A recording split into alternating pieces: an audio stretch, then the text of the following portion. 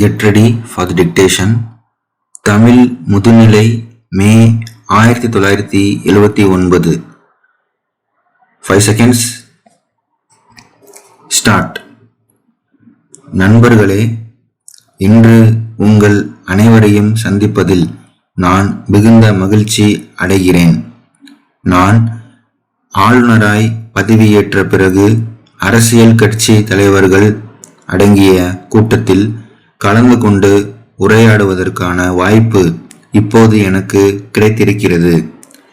இந்த கூட்டத்தில் தேர்தல் நடத்தை விதிமுறைகளை குறித்து நாம் ஆலோசனை செய்ய இருக்கிறோம். நடைபெற இருக்கின்ற சட்டசபை தேர்தலுக்கான தேர்தல் ஆணைக்குழு நடத்தை விதிமுறைகளை வெளியிட்டிருக்கிறது. நீங்கள் இங்கு வருகை தந்திருக்கிற காரணத்தினாலேயே அந்த விதிமுறைகளை பின்பற்றுவதற்கு அனைவரும் ஒப்புக்கொண்டு விட்டீர்கள் என்பது தெளிவாக தெரிகிறது. சமீபத்தில் நாடாளுமன்ற தேர்தல்கள் நடந்து முடிந்திருக்கின்றன. அப்பொழுது இதே நடத்தை விதிமுறைகளை நீங்கள் அனைவரும் ஏற்றுக்கொண்டு அவற்றை முழுவதும் பின்பற்றி நடந்து கொண்டீர்கள். நீங்கள் அவ்வாறு நடந்து கொண்டதற்காக நான் களிப்பு அடைகிறேன். தமிழ்நாட்டில் எப்போதுமே தேர்தல்கள் அமைதியான சூழ்நிலையில் நடந்து வந்துள்ளன என்பதை பற்றி தமிழ்நாடு உண்மையிலேயே பெருமிதம் அடையலாம். இப்போது நடக்கவிருக்கும் சட்டசபை தேர்தலின் போதும் அதே மரபை நீங்கள் நிலைநாட்டுவீர்கள் என்பதில் எனக்கு துளியும் சந்தேகம் கிடையாது என்பதை தெரிவித்து கொள்கிறேன். அரசியல் கட்சிகள் பின்பற்ற வேண்டிய நடத்தை விதிமுறைகளை தவிர செய்தி தாள்களும் தாமாகவே முன்வந்து தங்களுக்கு என்று நடத்தை விதிமுறைகளை ஏற்றுக்கொள்ள வேண்டும் என்று கருதுகிறேன். அப்பொழுதுதான் பல்வேறு அரசியல் கட்சிகளின் திட்டங்களை அறிவிப்பதிலும் சரி, பல்வேறு அரசியல் கட்சிகளின் தேர்தல் பிரச்சார செய்திகளை வெளியிடுவதிலும் சரி, அனைத்து அரசியல் கட்சிகளுக்கும் நியாயம் வழங்க அவற்றால் இயலும். தங்களுக்கு இருக்கின்ற அரசியல் உரிமைகளை குறித்து இந்திய குடிமக்கள் அனைவரும் நன்றாக அறிந்திருக்கிறார்கள். இதை அண்மையில் நடைபெற்ற தேர்தல்கள் நமக்கு எடுத்து காட்டி இருக்கின்றன.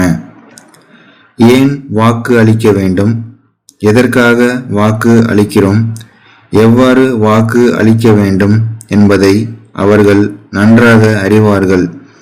இதை நீங்கள் கருத்தில் கொள்ள வேண்டுமென்று நான் கேட்டுக்கொள்கிறேன். உங்கள் தேர்தல் பிரச்சாரத்தில் தனிப்பட்டவர்களை பழித்து பேசக்கூடாது. மேலும் வகுப்புவாத உணர்ச்சிகளையோ மொழிப்பற்றையோ வட்டார பற்றையோ தூண்டிவிடும் வகையில் பேசுவதும் கூடாது. தேர்தல் பணிகளில் ஈடுபடும் போது சில தேர்தல் வாக்குறுதிகளை நீங்கள் அளிப்பது இயல்புதான்.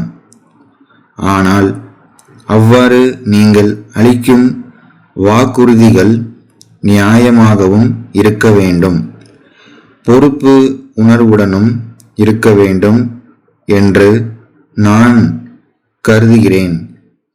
நிறைவேற்ற இயலாத வாக்குறுதிகளை தேர்தல் காலத்தில் நாம் பெரும்பாலும் வாரி வழங்குகின்றோம். அவற்றை நாம் நிறைவேற்ற முடியாத போது மக்கள் பெருத்த ஏமாற்றம் அடைகின்றனர். அதன் காரணமாக அவர்கள் தாங்கள் ஏமாற்றப்பட்டதாக கருதுகிறார்கள். அதன் விளைவாக மக்கள் ஜனநாயக நடைமுறைகளில் நம்பிக்கை இழந்து விடவும் கூடும் என்பதை இச்சமயத்தில் தங்கள் கவனத்திற்கு கொண்டு வர விரும்புகிறேன். மாயவரம் புகைவண்டி நிலைய சாலையில் உள்ள தாமோதரனிடமிருந்து தஞ்சாவூர் நாதன் சகோதரர்களுக்கு 8 பிப்ரவரி 1971 தேதியிட்ட கடிதம். அன்புடையீர், தங்கள் கடிதம் கிடைத்தது. என்னுடைய வீட்டிலும் என்னுடைய கடையிலும் மின்சாரம் விளக்குகளை பொருத்துவதற்கு தேவையான பொருட்களின் விவரங்களை அனுப்பி இருப்பதற்காக நான் நன்றி தெரிவித்துக் கொள்கிறேன். என்னுடைய கடையில் கூடிய விரைவில் மின்சார விளக்குகளை பொருத்த வேண்டுமென்று விரும்புகிறேன். கடைக்கு சாதாரண மின் விளக்குகளை பொருத்தினால் போதுமானது.